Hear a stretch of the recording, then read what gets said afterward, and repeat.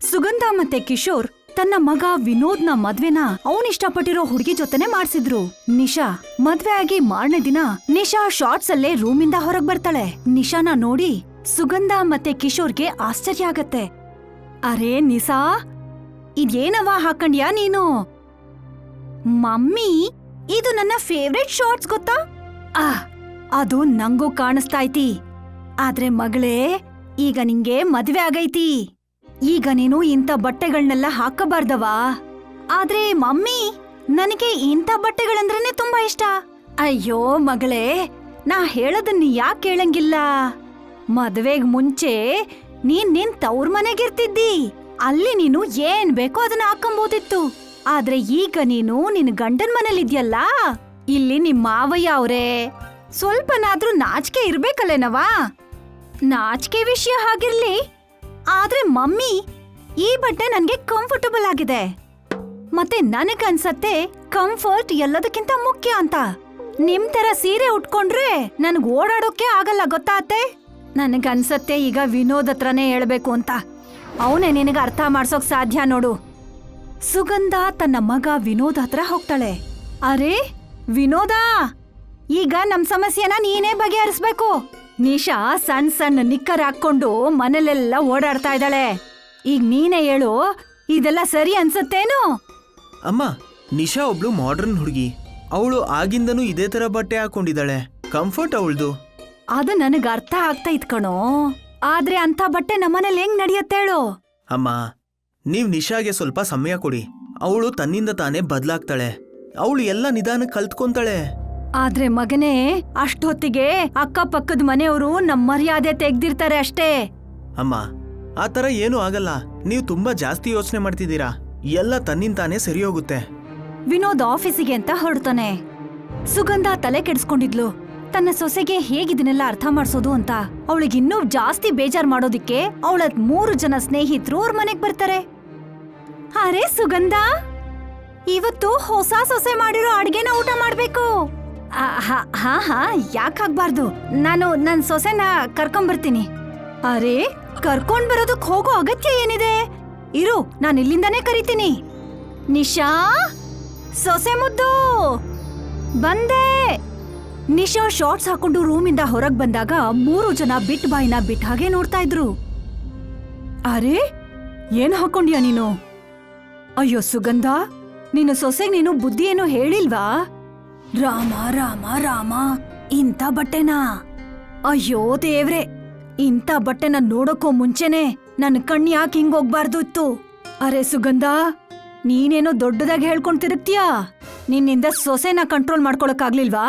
ಒಂದ್ ವೇಳೆ ನನ್ ಸೊಸೆ ಏನಾದ್ರೂ ಮಾಡಿದಿದ್ರೆ ಹೀಗೆ, ನಾನು ಅವಳಿಗೆ ಒಳ್ಳೆ ಪಾಠ ಕಲಿಸ್ತಿದ್ದೆ. ಸುಗಂಧ, ನಿನ್ನಿಂದ ಇದನ್ನ ಅಪೇಕ್ಷಿಸಿರ್ಲಿಲ್ಲ.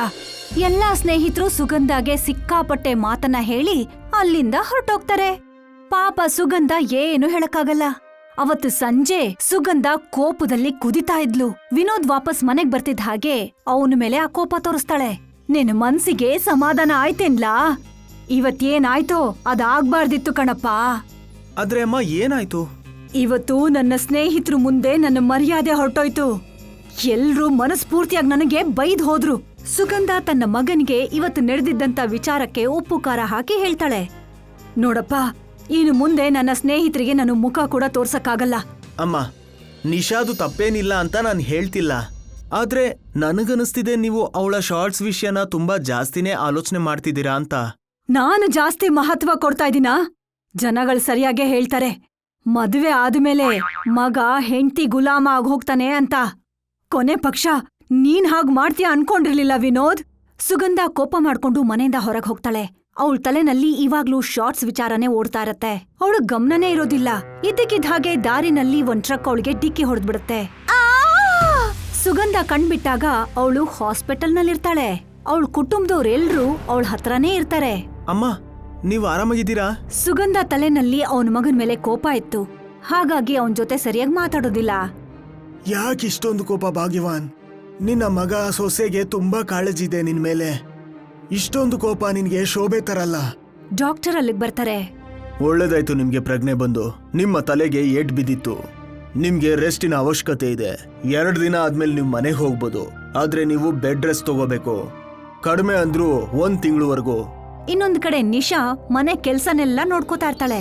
2 ದಿನದ ನಂತರ ಸುಗಂಧ ವಾಪಸ್ ಮನೆಗ್ ಬಂದಾಗ ಅವಳಿಗೆ ಆಶ್ಚರ್ಯ ಆಗತ್ತೆ. ನಾನ್ ಅಂದ್ಕೊಂಡಿದ್ದೆ ಮನೆ ನಕ್ಷೆನೇ ಬದ್ಲಾಗೋಗಿರತ್ತೆ ಅಂತ. ಖುಷಿ ಆಗ್ತಿದೆ. ಮನೆ ತುಂಬಾ ನೀಟಾಗಿದೆ, ಜೊತೆಗೆ ಊಟ ಕೂಡ ರೆಡಿ ಇದೆ. ಬನ್ನಿ ಎಲ್ರೂ ಒಟ್ಟಿಗೆ ಊಟ ಮಾಡೋಣ. ಇಡೀ ಕುಟುಂಬದವ್ರು ಸೇರಿ ಒಟ್ಟಿಗೆ ಊಟ ಮಾಡ್ತಾರೆ. ವಾವ್ ಸೊಸೆ, ಊಟ ಅಂತೂ ತುಂಬಾ ಚೆನ್ನಾಗಿತ್ತು. Thank you. ಸುಗಂಧ ಕೂಡ ಅಡಿಗೆ ಇಷ್ಟ ಆಗಿರತ್ತೆ.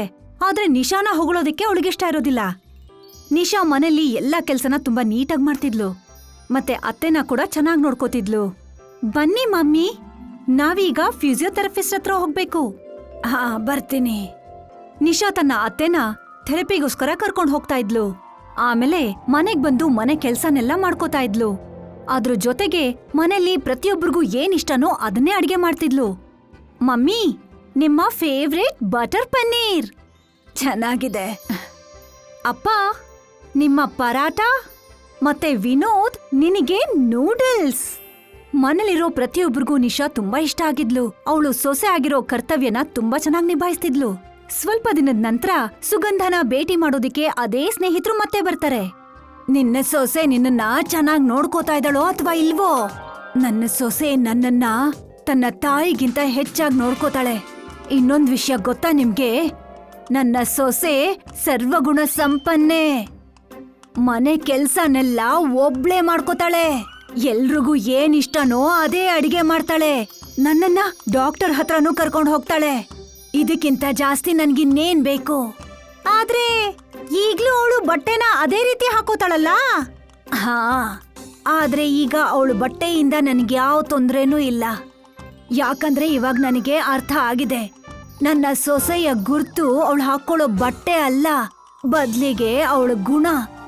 ಸುಗಂಧಾಗೆ ಈಗಾಗ್ಲೇ ಅರ್ಥ ಆಗೋಗಿತ್ತು, ಅವಳು ಸೊಸೆ ಮಾಡ್ರನ್ ಬಟ್ಟೆ ಹಾಕೊಂಡ್ರು ಸಹ ಅವಳು ಸರ್ವಗುಣ ಸಂಪನ್ನೆ ಅನ್ನೋದು. ಇದು ಆನಂದ್ಪುರದ ಹಳ್ಳಿ ಬಹಳ ಚೆನ್ನಾಗಿತ್ತು. ಅಲ್ಲಿ ಎಲ್ರೂ ಖುಷಿಯಾಗಿದ್ರು, ಮತ್ತೆ ಅವ್ರವ್ರ ಕೆಲ್ಸದಲ್ಲಿ ಬ್ಯುಸಿಯಾಗಿದ್ರು. ಊರಿನ ಒಂದು ಮೂಲೆಯಲ್ಲಿ ಮಕ್ಕಳು ಆಟ ಆಡ್ತಿದ್ರು. ಹಳ್ಳಿಯಲ್ಲಿ ಪ್ರತಿ ವರ್ಷ ಒಂದು ಉತ್ಸವ ನಡೀತಿತ್ತು. ಆ ಉತ್ಸವದಲ್ಲಿ ಬಹಳಷ್ಟು ಸ್ಪರ್ಧೆಗಳು ನಡೀತಿದ್ವು. ಮತ್ತೆ ಇವತ್ತು ಈ ಸ್ಪರ್ಧೆಗಳ ಅನೌನ್ಸ್ಮೆಂಟ್ ಮಾಡ್ತಿದ್ರು.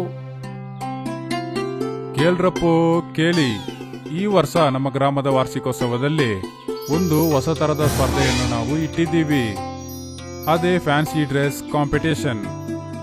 ಅದರಲ್ಲಿ ಯಾರು ಗೆಲ್ತಾರೋ ಅವರಿಗೆ ಚೀಫ್ ಗೆಸ್ಟ್ ಕೈಯಲ್ಲಿ ಒಂದು ಉಡುಗೊರೆ ಸಿಗುತ್ತೆ. ಅದು ಮಾತ್ರ ಅಲ್ಲ, ಜೊತೆಗೆ 1 ಮೂಟೆ ಧಾನ್ಯನು 2 ಮೂಟೆ ಬೇಳೆನೂ ಕೊಡ್ತೀವಿ. ಆದ್ರಿಂದ ಎಲ್ರೂ ಈ ಸ್ಪರ್ಧೆಯಲ್ಲಿ ಭಾಗವಹಿಸಲೇಬೇಕು. ಫ್ಯಾನ್ಸಿ ಡ್ರೆಸ್ ಕಾಂಪಿಟೇಷನ್ ಹಾಗಂದ್ರೇನು? ಅಷ್ಟು ಗೊತ್ತಿಲ್ವೇನೆ ಬುದ್ದು? ಇದು ಯಾವ ಸ್ಪರ್ಧೆ ಅಂದ್ರೆ ನಾವು ಬೇರೆ ಬೇರೆ ವೇಷ ಧರಿಸ್ಬೇಕಾಗತ್ತೆ. ನಾನಂತೂ ರಾಜ್ಕುಮಾರಿ ವೇಷ ಹಾಕೊಳ್ತೀನಿ. ನಾನು ಕೂಡ. ಮತ್ತೆ ನೀನ್ ಮೀನಾ? ಅವಳನ್ನೇನ್ ಕೇಳ್ತಿದ್ಯಾ? ಅವಳತ್ರ ಹಾಕೊಳ್ಳಕ್ಕೆ ಒಂದು ಒಳ್ಳೆ ಬಟ್ಟೆ ಕೂಡ ಇಲ್ಲ. ಅವಳೇನ್ ಸ್ಪರ್ಧೆಯಲ್ಲಿ ಭಾಗವಹಿಸ್ತಾಳೆ? ಹೌದು. ಮೀನಾ ಅವಳ ಹರಿದೋಗಿರೋಂತ ಬಟ್ಟೆನ ನೋಡ್ಕೊಂಡು ಬಹಳ ಬೇಜಾರ್ ಪಟ್ಲು. ಆಗ್ಲೇ ಮೀನಾ ಬಹುಮಾನದ ಬಗ್ಗೆ ಯೋಚನೆ ಮಾಡಿದ್ಲು. ಅಕಸ್ಮಾತ್ ನಾನೇನಾದ್ರೂ ಈ ಪ್ರತಿಯೋಗಿತಲ್ಲಿ ಗೆದ್ರೆ ನಮ್ಮನೆಯಲ್ಲಿ ಎಷ್ಟೋ ದಿನ ಧನಧಾನ್ಯ ಇದ್ದೇ ಇರತ್ತೆ. ಆದ್ರೆ ನನ್ನ ಹತ್ರ ಅಂತೂ ಯಾವ್ದೋ ಒಳ್ಳೆ ಬಟ್ಟೆನೇ ಇಲ್ವಲ್ಲ. ಅಮ್ಮನ ಹತ್ರ ಕೇಳ್ತೀನಿ. ಮೀನಾ ಓಡ್ ಹೋಗಿ ಅವರ ಅಮ್ಮನ ಹತ್ರ ಕೇಳ್ತಾಳೆ. ಅವರಮ್ಮ ಅನುರಾಧ ಒಬ್ಬ ವಿಧವೆ. ಅನುರಾಧಾಗೆ ಬಟ್ಟೆ ಹೊಲಿಯೋದು ಗೊತ್ತಿತ್ತು. ಅದಕ್ಕೆ ಅವಳು ಬಟ್ಟೆ ಹೊಲಿಯೋ ಕೆಲ್ಸ ಮಾಡ್ಕೊಂಡು ಅವಳ ಜೀವನ ಸಾಗಿಸ್ತಿದ್ಲು. ಅವರ ಆರ್ಥಿಕ ಪರಿಸ್ಥಿತಿ ಬಹಳ ಕೆಟ್ಟದಾಗಿತ್ತು. ಅಮ್ಮ, ನನ್ಗೆ ಫ್ಯಾನ್ಸಿ ಡ್ರೆಸ್ ಕಾಂಪಿಟೇಷನ್ ಅಲ್ಲಿ ಭಾಗವಹಿಸ್ಬೇಕು. ಈಗಿದೇನ್ ಹೊಸದು? ಮೀನಾ, ನಮ್ ಪರಿಸ್ಥಿತಿ ನಿನಗ್ ಗೊತ್ತಲ್ವಾ? ಹೌದು ಅಮ್ಮ, ಆದ್ರೆ ಪ್ರೈಸ್ ಏನ್ ಗೊತ್ತಾ? 10 ಮೂಟೆ ಅಕ್ಕಿ, 2 ಮೂಟೆ ಬೇಳೆ. ಇದನ್ನ ಕೇಳಿನೇ ನಾನ್ ಅನ್ಕೊಂಡೆ ನಮ್ಮನೇಲಿ ನಾನೇನಾದ್ರೂ ಗೆದ್ರೆ ಎಷ್ಟೋ ದಿನ ಧನಧಾನ್ಯ ಇರತ್ತಲ್ವಾ ಅಂತ. ಮತ್ತೆ ನಿಮ್ಗೆ ಬಟ್ಟೆ ಕೂಡ ಹೊಲಿಯಕ್ ಬರುತ್ತಲ್ಲಮ್ಮ? ಬಟ್ಟೆ ಹೊಲಿಯೋಕಂತೂ ಬರುತ್ತಮ್ಮ, ಆದ್ರೆ ಹೊಲಿಯೋದಕ್ಕೆ ನಮ್ಮ ಹತ್ರ ಬಟ್ಟೆ ಎಲ್ಲಿದೆ? ನನ್ ಹತ್ರ ಬರೀ ಬಿಳಿ ಸೀರೆಗಳಿವೆ. ಅದ್ರಿಂದ ಏನಾದ್ರೂ ಹೊಲಿಬೇಕು ಅಂದ್ರೆ ಹೇಳ್ಬಿಡು. ಮೀನಾ ಯೋಚಿಸ್ತಿದ್ಲು ಬಿಳಿ ಸೀರೆಗಳಿಂದ ಯಾವ ಫ್ಯಾನ್ಸಿ ಡ್ರೆಸ್ ಮಾಡಬಹುದು ಅಂತ. ಆಗ್ಲೇ ಅವಳಿಗೊಂದು ಐಡಿಯಾ ಬಂತು. ಮಾ, ನಾನ್ ಫೇರಿ ಆಗ್ತೀನಿ.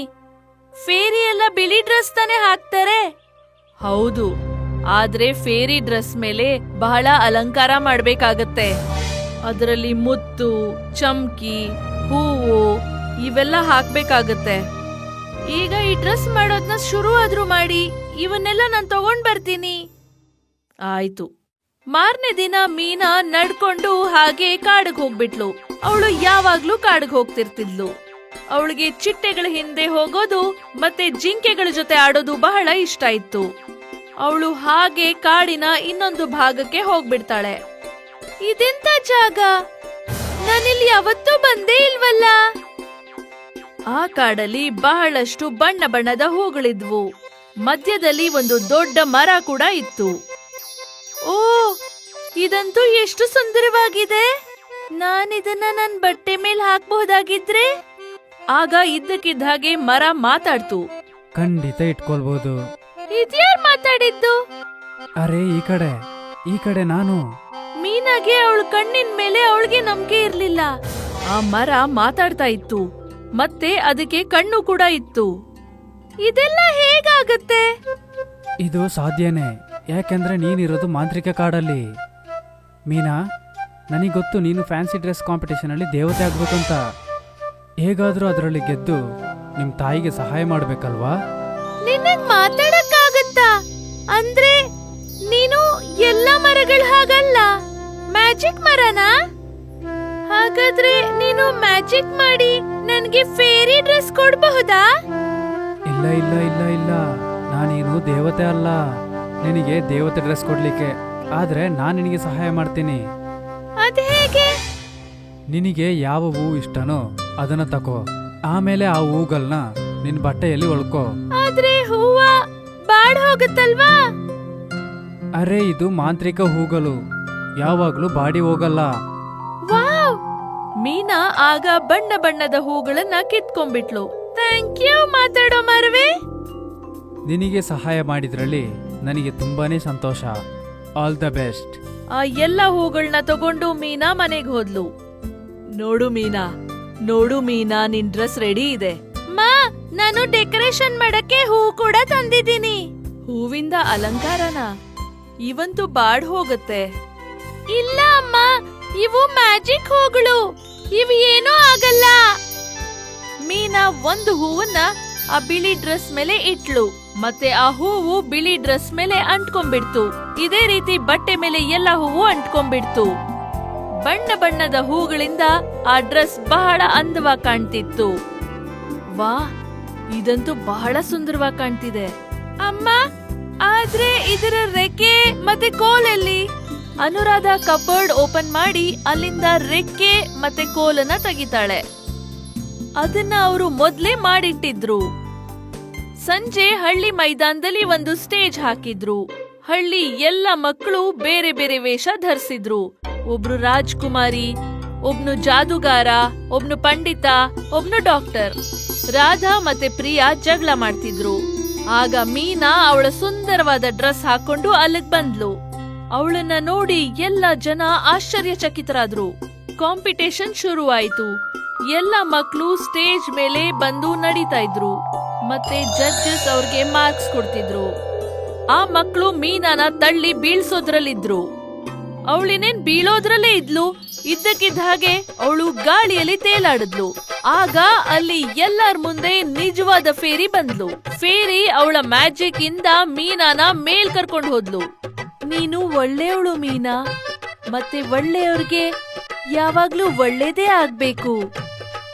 ಮೀನಾನ ಹುಷಾರಾಗಿ ಕೆಳಗಡೆ ಇಳಿಸಿ ಅವಳ ಮೇಲೆ ಕೋಲನ್ನ ಅಲ್ಲಾಡ್ಸಿದ್ಲು. ಅದರಿಂದ ಮೀನಾ ಡ್ರೆಸ್ ಮೇಲಿದ್ದಂತ ಎಲ್ಲ ಹೂಗಳು ಹೊಳಿತಿದ್ವು. ಅಲ್ಲಿದ್ದವರೆಲ್ಲ ಅದನ್ನ ನೋಡಿ ಆಶ್ಚರ್ಯಚಕಿತರಾದ್ರು. ಮೀನಾ ಡ್ರೆಸ್ ಇಂದ ಬೆಳಕು ದೂರದವರೆಗೂ ಹೋಗ್ತಿತ್ತು. ನಾನೀಗ ಹೊರಡ್ತೀನಿ. ಫೇರಿ ಮ್ಯಾಜಿಕ್ ಮಾಡಿ ಹೊರಟೋದ್ಲು. ಆಮೇಲೆ ಜಡ್ಜಸ್ ಮೀನಾಗೆ ಫಸ್ಟ್ ಪ್ರೈಸ್ ಕೊಟ್ರು. ಅದರ ಜೊತೆಗೆ ಎಲ್ಲ ಪ್ರೈಸ್ ಕೂಡ. ಮೀನಾ ಬಡವಳಾಗಿದ್ರು ಫ್ಯಾನ್ಸಿ ಡ್ರೆಸ್ ಕಾಂಪಿಟೇಷನ್ ಗೆದ್ಬಿಟ್ಲು. ಜೊತೆಗೆ ಅವಳು ಅವಳ ತಾಯಿಗೆ ಹೆಲ್ಪ್ ಕೂಡ ಮಾಡಿದ್ಲು.